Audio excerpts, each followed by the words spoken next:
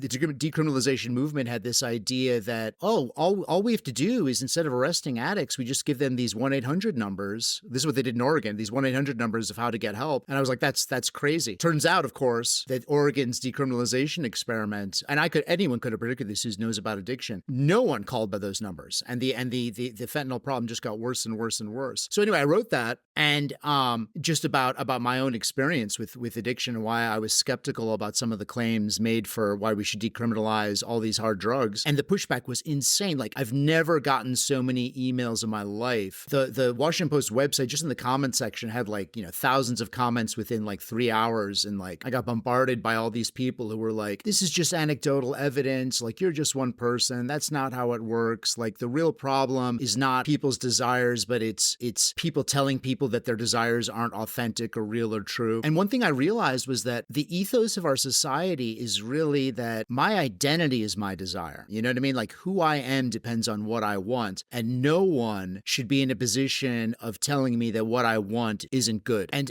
that cuts against the entire spiritual orientation of recovery, where the deep process is learning that what I want is not who I am, and that there's a kind of freedom from desire. If you're an addict, you go all the way through desire. You discover something that you want, that defines you, that's better than anything else you could ever want. And then you have to go through the process of letting that go and discovering that desire is actually a route to death.